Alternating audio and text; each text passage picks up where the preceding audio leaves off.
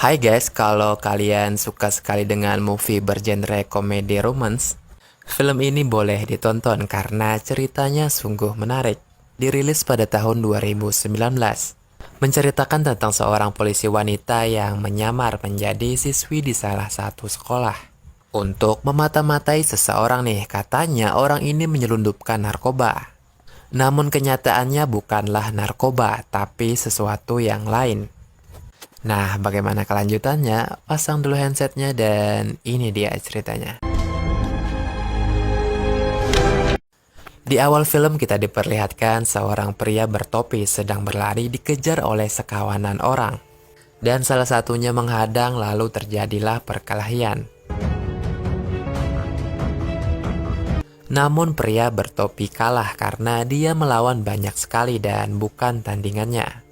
Kemudian pria botak yang memakai pakaian putih awalnya akan menembak. Namun dia mengurungkan niatnya dan menyuruh bawahannya yang memakai baju coklat serta kacamata hingga terdengarlah bunyi dar. Setelahnya kita dialihkan di sebuah sekolahan, terlihat ada dua orang sedang berjalan. Kemudian ia mengeluarkan jurus legenda dari Konoha yang pernah digunakan Hatake Kakashi, yaitu menusuk lubang pantat menggunakan kedua tangannya. Dia bernama Fang Jian dan ditemani temannya yang bernama Quan, yang selalu setia menemaninya kemanapun, ya best friend lah. Kemudian di tempat lain ada seorang perempuan yang diketahui adalah seorang polisi bernama Xiao Jing. Dan dia sedang mengobrol dengan atasannya nih. Dia mendapat tugas untuk menangkap seorang bandar narkoba di sebuah sekolahan guys. Awalnya sih dia menolak. Namun karena sekolah polisinya susah lulus, jadinya dia mau tak mau akan menjalankan misinya.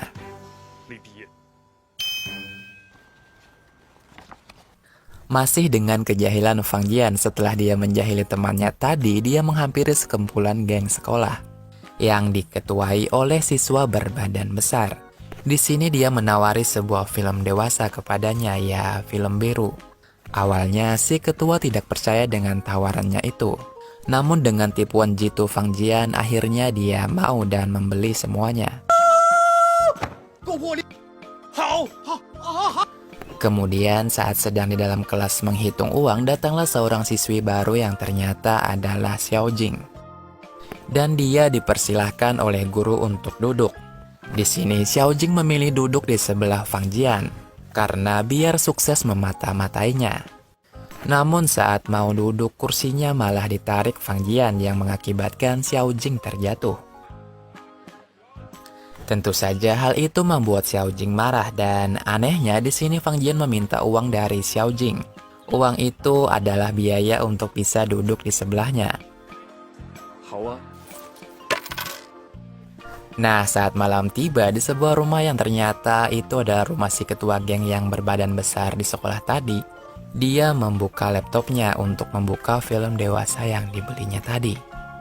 Namun ternyata saat dibuka isinya bukan itu ya, entah apa isinya guys, gak dilihatin di sini.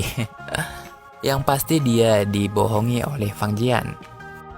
Keesokan harinya ketika pelajaran sedang berlangsung, Xiao Jing dengan diam-diam ingin mengambil sesuatu di dalam tas Fang Jian. Dan mumpung juga ia sedang tidur. Namun dia terkaget karena barang yang dia cari sama sekali tidak ada. Dan malah dia menemukan hal-hal aneh seperti anjing, makanan besar, bahkan sampai tanaman kaktus. Gara-gara hal itu ia meringis kesakitan dan menyebabkan Fang Jian terbangun. Kemudian dia mencap tangannya di kertas yang bertuliskan denda. Setelahnya ada yang memanggil Fang Jian dan juga temannya Quan. Mereka berdua pun keluar dan ternyata dia dipanggil oleh geng yang ditipunya kemarin. Hingga mereka terlibat perkelahian, namun tentu saja dimenangkan oleh Fang Jian dan Quan. Dan si ketua berbadan besar yang dipanggil Broyong, anunya digesekkan ke tembok oleh Fang Jian dan Quan. Tak lama kemudian, Xiao Jing datang dan meminta mereka untuk berhenti melakukan hal tersebut. Dan sebagai permintaan maafnya, Quan yang menyukai Xiao Jing mengajak makan bersama. 证据不在包里。 Disinilah ketiganya tiba di sebuah restoran. Mereka disuguhi makanan sup kepala babi. Awalnya ya mereka hanya diam saja. Hingga Xiao Jing berinisiatif melakukan misinya, yaitu mencari barang yang disembunyikan Fang Jian. Mereka pun berbicara dan tertawa, dan tiba-tiba Xiao Jing menyiram Kuan dan menyiram Fang Jian juga.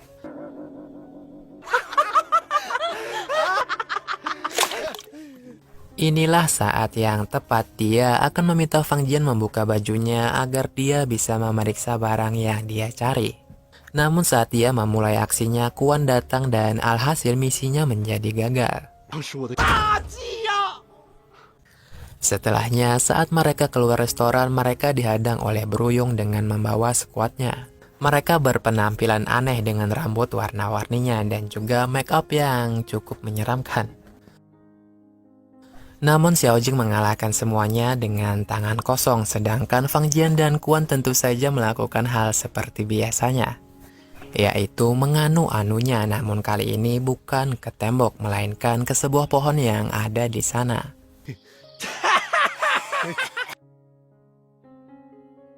Beberapa waktu kemudian, saat berada dia di lapangan, ada seseorang yang mencurigakan mengawasi Fang Jian. Dan dia menelpon seseorang yang ternyata adalah si ketua botak. Lelaki mencurigakan ini menanyakan apakah seseorang yang bernama Mandy ada di sana. Dan dijawab bahwa dia sudah tiba di sekolah.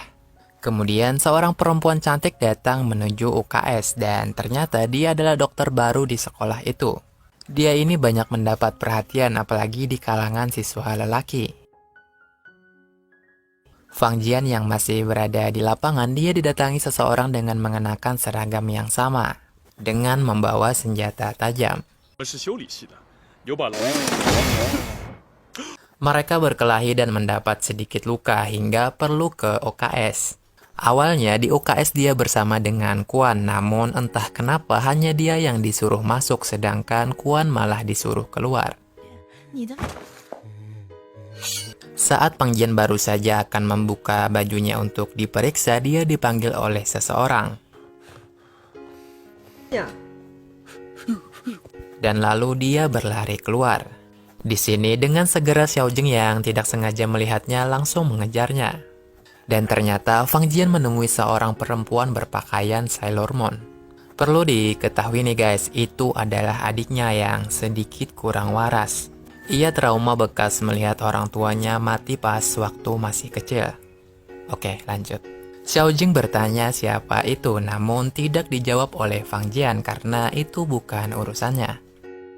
Kuan yang sedang berjalan dan tidak sengaja ia melihat seorang perempuan cantik memakai baju Sailor Moon. Dan dengan jiwa fuckboy-nya dia mengejarnya hingga sampai di sebuah rumah. Dengan sangat berani Kuan mengetuknya dan tanpa disangka perempuan tadi membukanya. Namun dengan baju yang berbeda, yaitu pakaian tradisional Jepang. Perempuan tersebut menyambutnya dengan ramah, bahkan juga memberinya teh. Lalu ia pergi ke lantai atas meninggalkan Kuan. Dan saat ia kembali, dia berganti pakaian lagi. Menjadi pakaian yang sangat terbuka berwarna hitam. Tak lama kemudian seseorang mengetuk pintu nih. Dan pada saat bersamaan di sini Kuan menyadari ternyata perempuan ini adalah saudaranya Fang Jian. Dia pun segera berlari dan bersembunyi di sebuah lemari.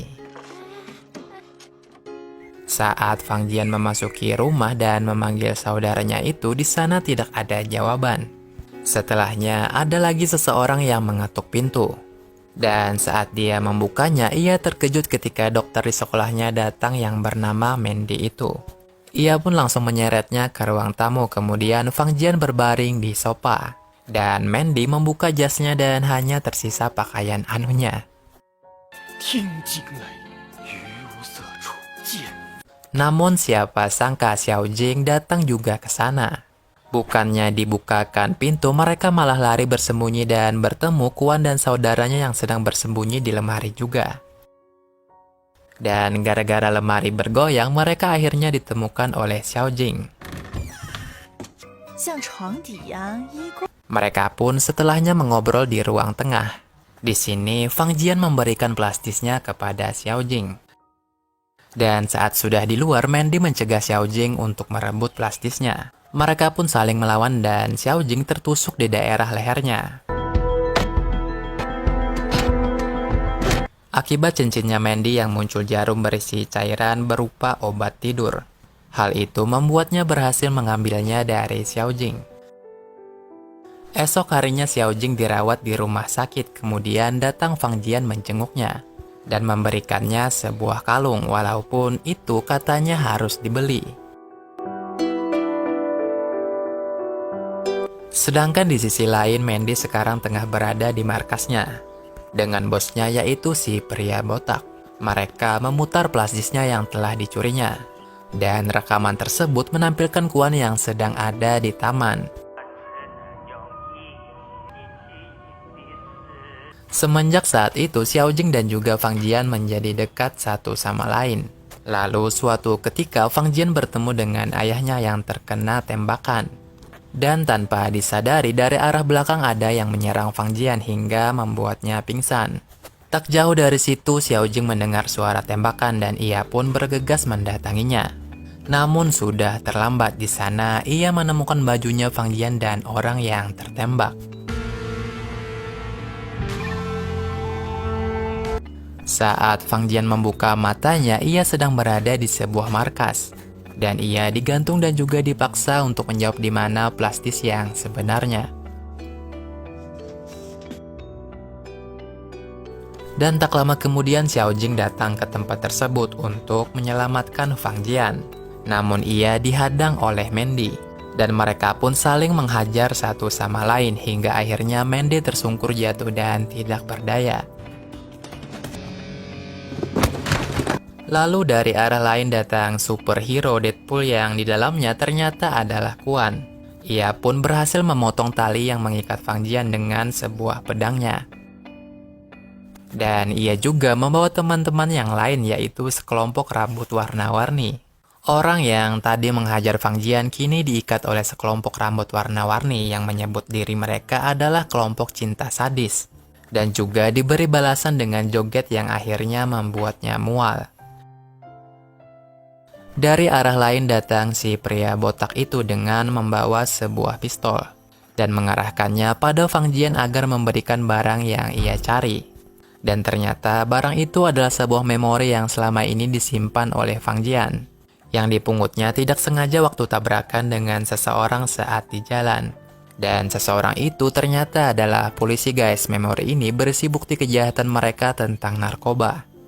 Namun Fang Jian enggan memberikannya dan membuat pria botak itu menembakkan pistolnya.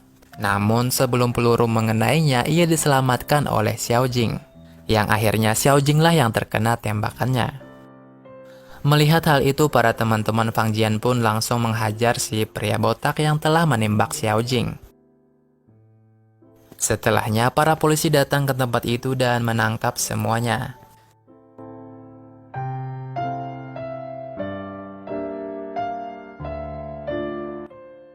Tiga bulan berlalu setelah kejadian. Di sini Fang Jian selalu memikirkan Xiao Jing. Dan juga ia bahkan menuliskan di meja tempat ia duduk bahwa ia mencintai Xiao Jing. Dan singkat cerita, Xiao Jing di sini muncul dengan memakai seragam polisinya. Ia pun menyapanya sampai membuat Fang Jian tersenyum senang.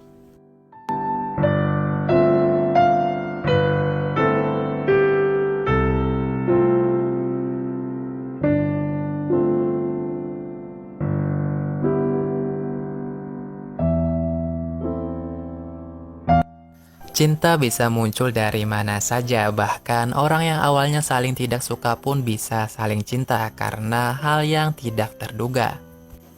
Semoga cerita kali ini bisa menghibur kalian guys. Terima kasih. Kina pulang kita bertemuan dan bye-bye.